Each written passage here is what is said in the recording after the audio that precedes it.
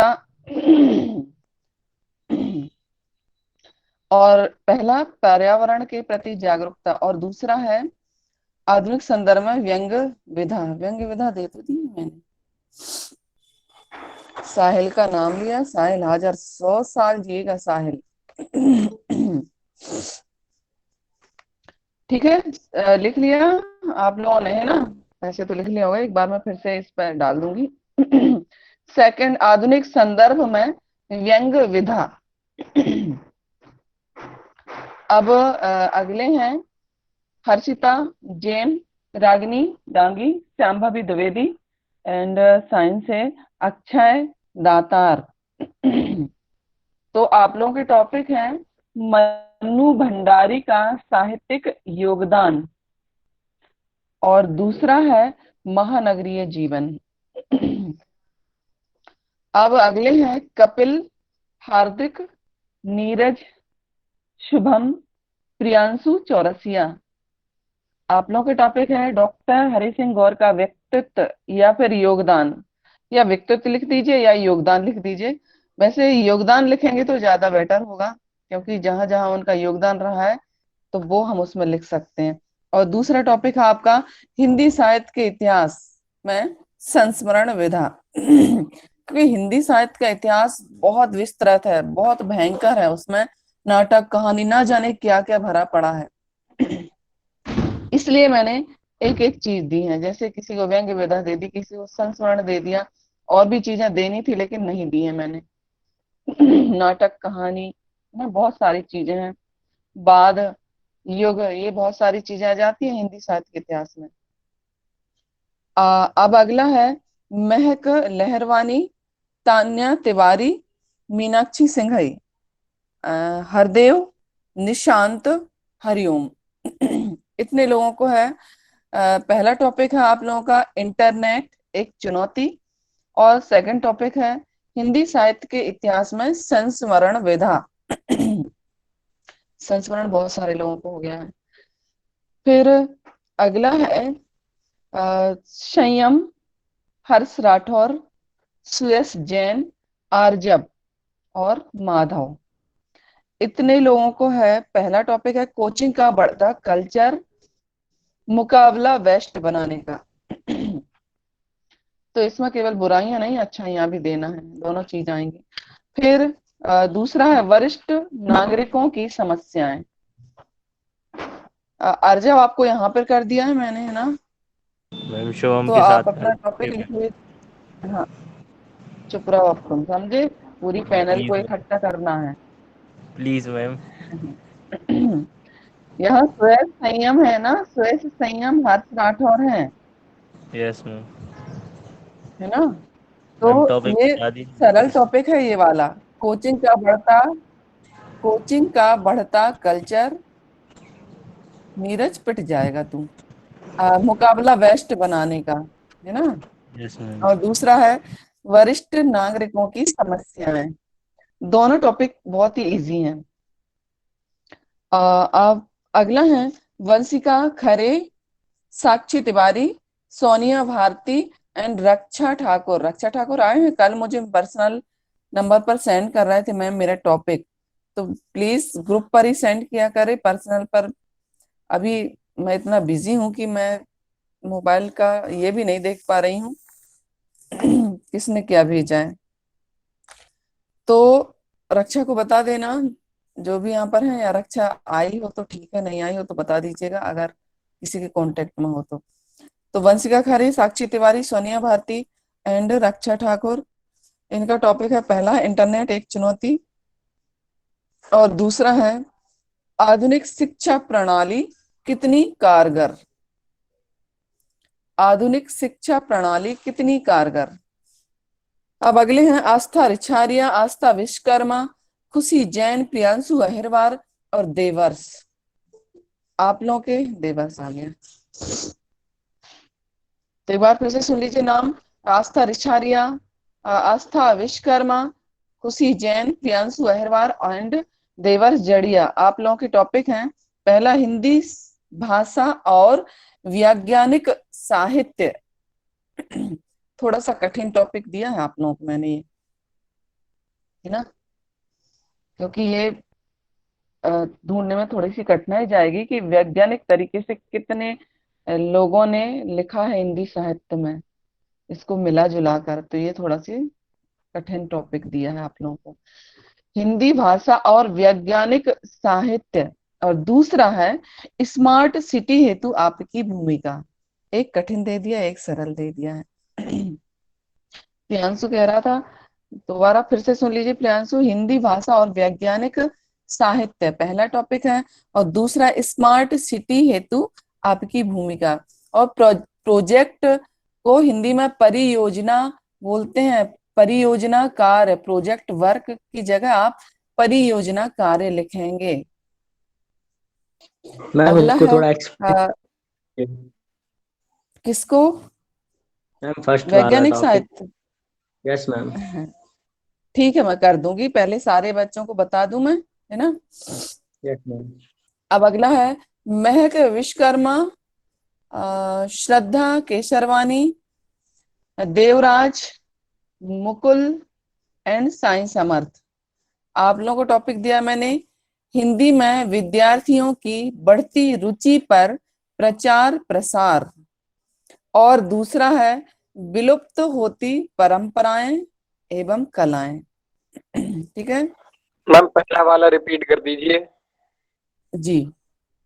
हिंदी में विद्यार्थियों की बढ़ती रुचि पर प्रचार प्रसार, और दूसरा है विलुप्त होती परंपराएं एवं कलाएं।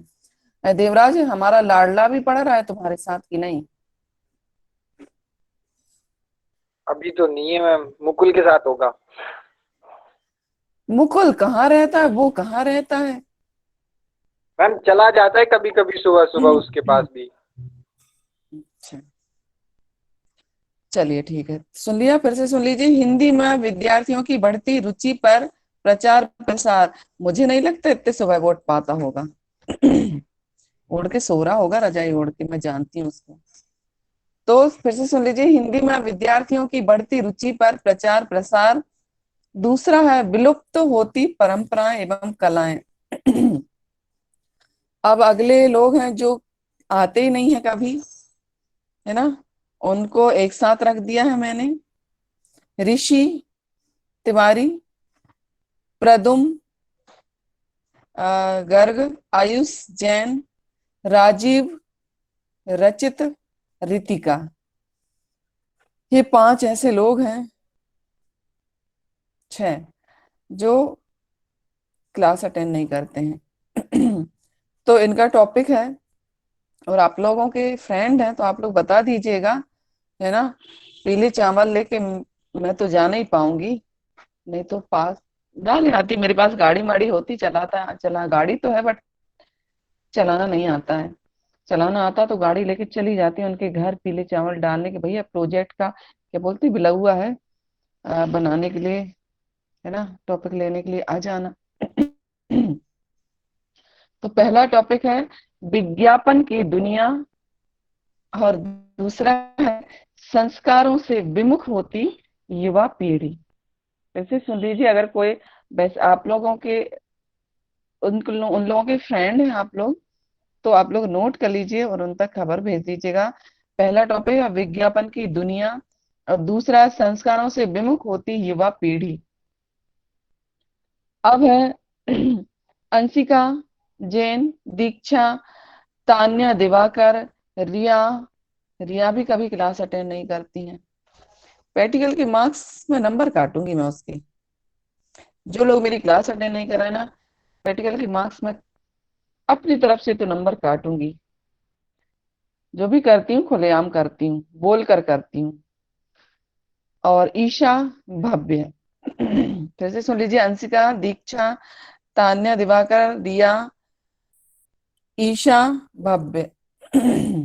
और ये जो प्रोजेक्ट में कुछ मार्क्स ऐसे भी होते हैं एक्टिविटी के, साल भर की जो एक्टिविटी देखी जाती है ना, आपका वर्क देखा जाता है, वर्क एक्सपीरियंस जिसको कहते हैं। क्योंकि स्कूल में बुलाकर आपको वर्क एक्सपीरियंस नहीं लिया जा रहा है, तो यही आपकी ऑनलाइन क्लासेस ही आपके वर्क एक्सपीरियंस में सम्मिलित हो जाती हैं।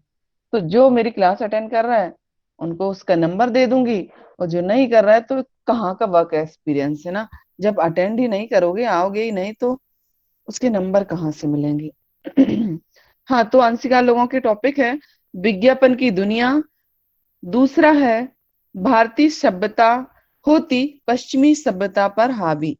पहला टॉपिक विज्ञापन की दुनिया, दूसरा भारतीय सभ्यता होती पश्चिमी सभ्यता पर हावी। ऐसा भी हो रहा है।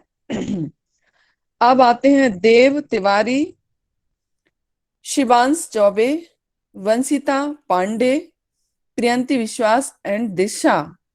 आप लोगों का टॉपिक है, पहला है भारतीय सभ्यता पर हावी होती पश्चिमी सभ्यता। आपको उल्टा दे दिया है। आपका है भारतीय सभ्यता पर हावी होती पश्चिमी सभ्यता। और दूसरा है अज्ञेय का सार्वजनिक अवदान। जो अज्ञेय का पूरा नाम है हीरानंद सच्चिदानंद बादशाह अज्ञेय, इनका पूरा नाम है, मैंने शॉर्ट में अज्ञेय लिखा है, तो ये पूरा नाम भी लिखना पड़ेगा अज्ञेय जी का, है ना। तो अज्ञेय का अवदान, सार्वजनिक अवदान, सभी स्थलों पर जहां जहां भी उनका योगदान रहा है वो सारी चीजें लिखना है इसमें। अज्ञेय जी का, ये बहुत ही महान कवि हैं। अब अगले हैं साहिल सैनी, प्रकाश शिव, रेबिन एंड सोमेश। आप लोगों के टॉपिक हैं विदेशों की ओर युवाओं का बढ़ता रुझान। फिर से सुन लीजिए साहिल, विदेशों की ओर युवाओं का बढ़ता रुझान। और दूसरा टॉपिक है हिंदी साहित्य के इतिहास में व्यंग विधा कर दिया मैंने संस्मरण विधा की जगह, तो चल जाएगा। लिखना शुरू तो नहीं कर दिया था आप लोगों ने। व्यंग विधा जो मैंने युगांक अर्पित लोगों को दी है वही दे दूं। साहिल, प्रकाश, शिव, रेबिन, सोमेश, आप लोगों से पूछ रही हूँ। यहाँ पर इन लोगों में से शिव, प्रकाश, साहिल क्लास अटेंड कर रहे हैं यस मैम। या? ठीक है, ओके। तो व्यंग्य विधा, हिंदी साहित्य के इतिहास में व्यंग्य विधा, ठीक है। आपकी संस्मरण विधा की जगह मैंने व्यंग्य विधा कर दिया है, क्योंकि संस्मरण विधा बहुत सारी हो गई है और व्यंग्य विधा केवल ये अर्पित लोगों को थी और आप लोगों को है बस। ठीक है। हाँ, अब मैं ये बोल रही हूँ कि जो लोग आराम से बैठे हैं घर में, ऐसो आराम फरमा रहे हैं, तो उनको बता देना कि अभी जो रिजल्ट बना है ना 6 सब्जेक्ट से बना होगा। आपने गए होंगे आप लोग रिजल्ट लेने, कॉमर्स सेक्शन का रिजल्ट खुल गया है और 6 सब्जेक्ट का टोटल हुआ है आप लोगों का, पता है आप लोगों को। और बोर्ड में बेस्ट 5 लिए जाएंगे, है ना। इसलिए हिंदी का प्रोजेक्ट बनाना भी जरूरी है। अगर मैं कोई रिटन ओरल कुछ लेती हूँ वो भी देना जरूरी है। क्लास अटेंड करने के भी मार्क्स रहेंगे, क्योंकि एक्सपीरियंस, वर्क एक्सपीरियंस और आपकी जो परफॉर्मेंस साल भर का, जो सीबीएसई बोर्ड का कहना होता है कि उसके मार्क्स भी जो दिए जाते हैं, तो वो साल भर का परफॉर्मेंस भी एक क्लास ही है आपकी, वर्क एक्सपीरियंस भी एक क्लास ही है और साल भर का परफॉर्मेंस, है ना। तो ये सारी चीजें जो क्लास अटेंड कर रहे हैं उसके अकॉर्डिंग वो मार्क्स मिलेंगे उनको, रिटिन जो लूंगी उसके मार्क्स मिलेंगे, और प्रोजेक्ट के मार्क्स 5 मार्क्स रहते हैं, आपको पता है ये सारी चीजों पर, है ना। तो 5 मार्क्स आपके प्रोजेक्ट के हो गए, 5 मार्क्स जो रिटिन लूंगी उसके हो गए, 5 मार्क्स ओरल लूंगी उसके हो गए, और 5 मार्क्स आपकी जो साल भर की जो गतिविधियां देखी जाती हैं उनके हो गए हैं। तो साल भर की गतिविधियों में आपके पीए, हाफ ईयरली और आपकी क्लास अटेंड करना, ये सारी चीजें आती हैं। ठीक है, तो ये टॉपिक आप लोगों के होगा। और ये मैं इसका क्या बोलते हैं, पिक लेके आपको ग्रुप पर सेंड कर दूंगी, है ना। तो एक बार देख लीजिए, और जो भाई साहब अभी बैठे हैं घरों में तो वो भी देख लीजिए। कुछ लोगों को तो मैंने हटा दिया है ग्रुप से, क्योंकि वो लोग क्लास अटेंड नहीं कर रहे थे इसलिए। तो उन तक ये खबर भेज दीजिएगा। मेरा फर्ज बनता है कि मैं नहीं चाहती हूँ किसी बच्चे के नंबर कम हो, और अगर आप प्रोजेक्ट नहीं दोगे तो ईमानदारी आड़े आ जाती है आप लोगों के नंबर के आड़े, कि बेईमानी मेरे खून में नहीं है, इसलिए ईमानदारी से ही मुझे काम करना पड़ेगा, है ना। हाँ, सबमिट करने का है तो अ, अभी 7 दिन का आपको इंग्लिश का मिला है, 7 डेज का, है ना। तो उसमें तो मैं ये सोच रही हूँ कि 12 तारीख से आपके एग्जाम है, 27 तक है शायद, है ना। तो आप लोगों को एक नहीं, 1 जनवरी नहीं रखूंगी, आप लोग आओगे सबमिट करने और वहीं पर न्यू ईयर मनने लगेगा आप लोगों का, है ना। तो 27 को पेपर सबमिट होंगे आप लोगों के, 28 को रख लेती हूँ मैं, चलेगा?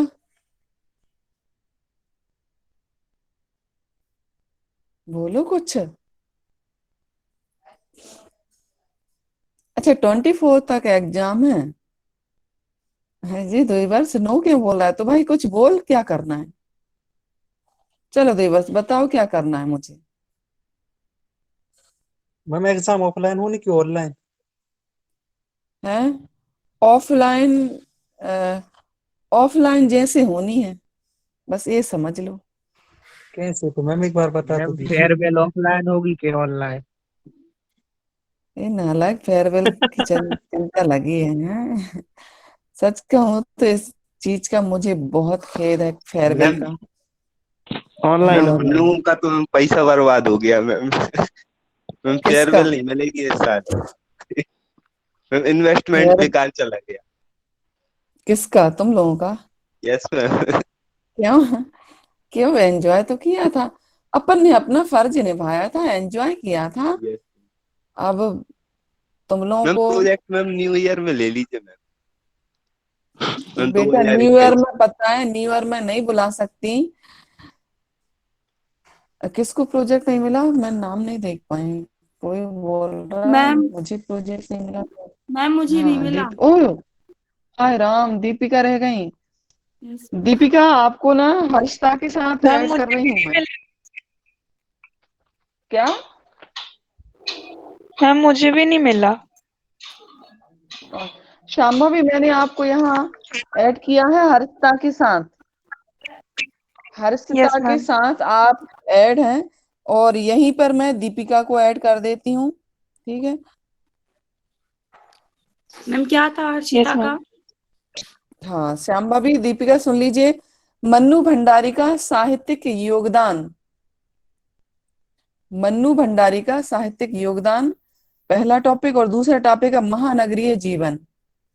2 टॉपिक दिए हैं। और हाँ, एक बात ध्यान रखना, पूरे अच्छे से जो सर्टिफिकेट वगैरह 2-2 लगते हैं, वो सारी चीजें आपको लगानी है।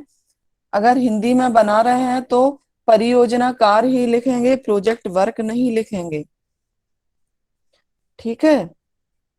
और क्या बोल रही थी, हाँ, तो डेट क्या रख लूं मैं? 27, 24 को आपको आपके एग्जाम खत्म हो जाएंगे, ठीक मैम है फर्स्ट वाला टॉपिक रिपीट कर दीजिए। जी। मन्नू भंडारी का साहित्यिक योगदान। तो इसमें आपको जो मन्नू भंडारी, आपने 9th में इनकी जो लेख था वो पढ़ा था, मेरे संग की औरतें थी ना, शायद यही वाला वो था मन्नू भंडारी का। तो इसी तरह से उन्होंने जो कुछ भी लेखन कार्य किए हैं, जितना कुछ साहित्य में योगदान दिया है, वो सब पर लिखना है आपको। हाँ, हाथ से लिखना है, टाइप करके नहीं, हाथ से, ठीक है। बट चित्र वगैरह जो डेकोरेट करोगे वो बहुत ही अच्छा होना चाहिए, सुंदर होना चाहिए, आपका प्रोजेक्ट लगना चाहिए, नहीं कि बस लिख लिख के जल्दी जल्दी लिखा और दे दिया मैम को।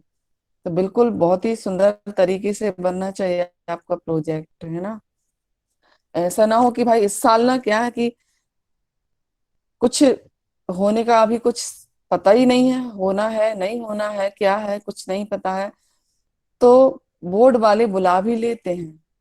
तो सारे आप लोगों की जो प्रोजेक्ट वर्क होता है, जैसे 10th में होता था ना, एविडेंस किसी भी सब्जेक्ट का बुला लिया जाता था, तो उसके पूरे प्रोजेक्ट वगैरह भी भेजे जाते थे। अगर ऐसा हो गया तो वो सारे प्रोजेक्ट भी जाएंगे आप लोगों के, इसलिए ये सोचकर ही बनाइए कि ऐसा ना हो कि वहां जाने लगे, है ना। इसलिए अच्छे से ही बनाइएगा, और प्रॉपर क्लास अटेंड कीजिए, प्रॉपर क्लास अटेंड कीजिए, है ना। और 27 डेट हम रख लेते हैं आपकी। तो 27 डेट को आप सारे बच्चे, एक 27 और एक 28, 27 को कॉमर्स सेक्शन आएगा, 28 को साइंस सेक्शन आएगा, है ना। 27 को संडे है। 27 को संडे है, ओ तो ठीक है। तो 27 को हम रख देते हैं, सॉरी 28 को रख देते हैं कॉमर्स का, 29 को रख देते हैं साइंस का, है ना, जिससे कि बहुत भीड़ ना बढ़े, क्योंकि मुझे रिटन भी लेना पड़ेगा उसी समय, इसलिए। और फिर मैम मुझे फाइल अलग, फ्रंट पेज हिंदी में करना है इंग्लिश में? क्या file ma'am front page, ma'am Hindi की front front page. Front page बेटा अगर हिंदी में करो ना तो वो ज्यादा अच्छा रहेगा। सारा का सारा अगर हिंदी में कराओगे तो बहुत अच्छा रहेगा, लेकिन स्पेलिंग देख लेना, स्पेलिंग मिस्टेक हो जाती हैं हिंदी में, है ना। पिछली बार भी बहुत सारी स्पेलिंग मिस्टेक हुई थी।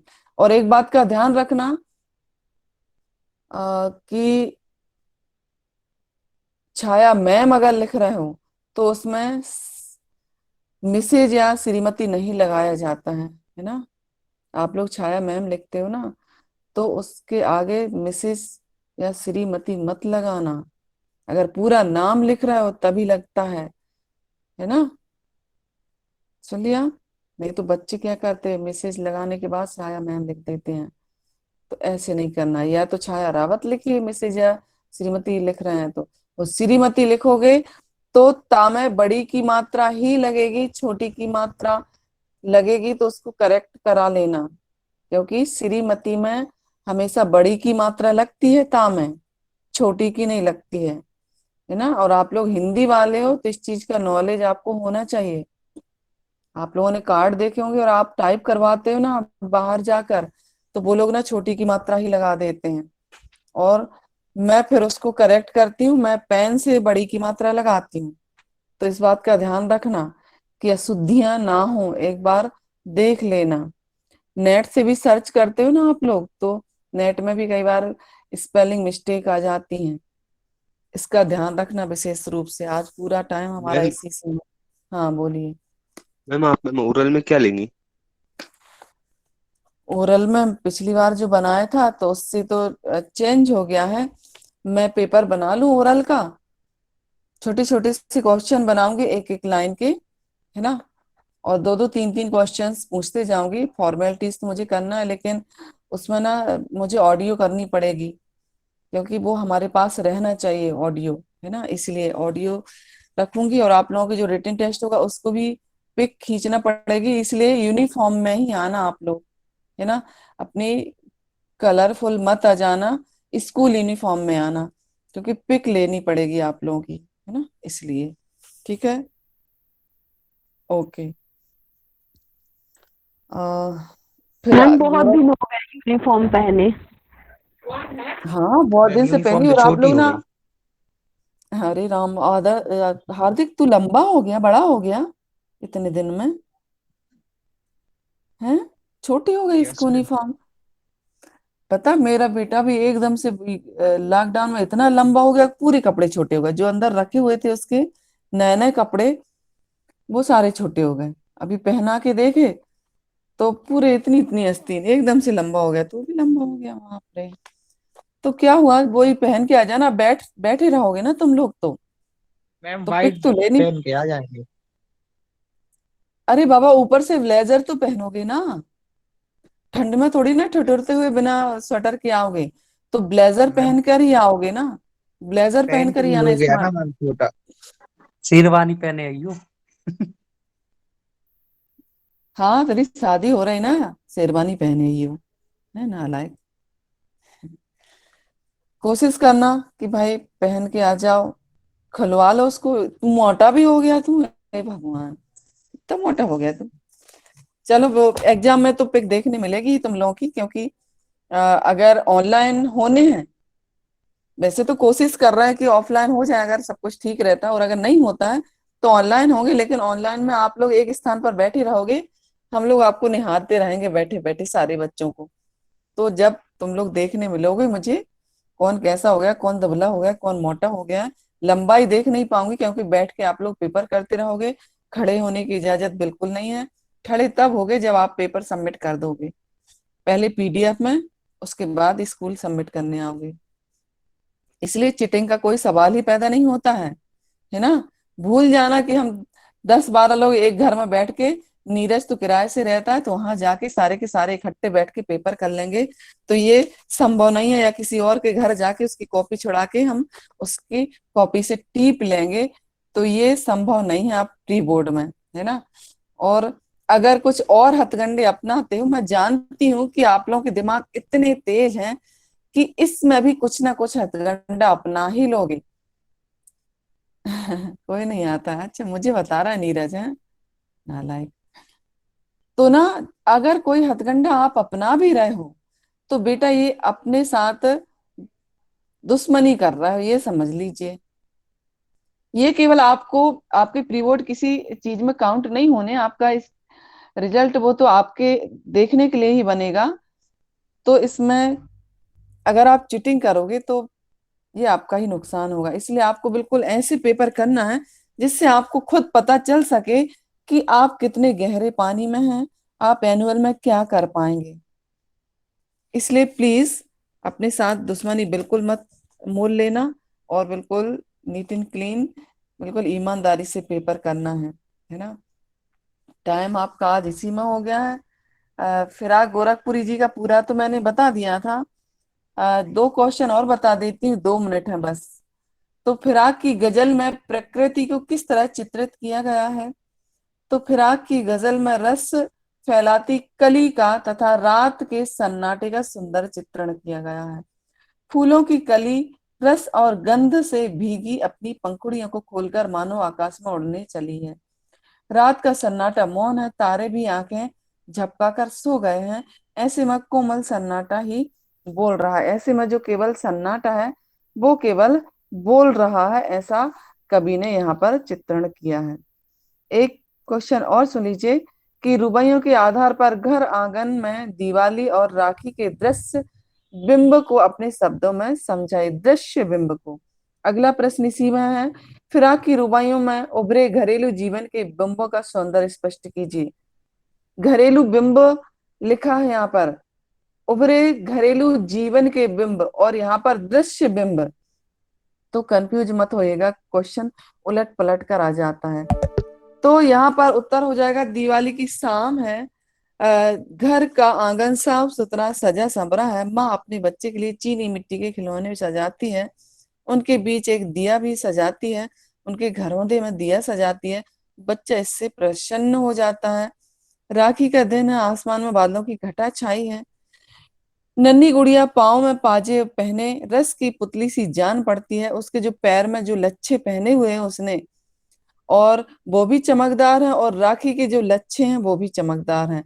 तो पैर में जो लच्छे पहने जाते हैं ना, आप जानते होगे नहीं जानते होगे लच्छे क्या होते हैं, गोल गोल तार जैसे होते हैं बड़े बड़े से, जो पैर में पहले की महिला पहनती थी वो चांदी के होते थे।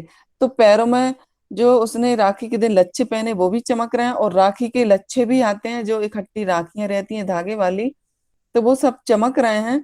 रस की पुतली लड़की को कहा है, हाँ जानते होंगे, पुतली सी जान पड़ती है, वह प्रसन्नता पूर्वक भाई की कलाई पर राखी बांध रही है। तो ये 2 क्वेश्चन और रह गए थे फिराक गोरखपुरी जी के। तो फिराक गोरखपुरी जी जो है वो हिंद उर्दू और फारसी के महान शायर हैं, और इन्होंने रुबाइयां छंद लिखी हैं और गजल लिखी हैं, तो इस बात का ध्यान रखना।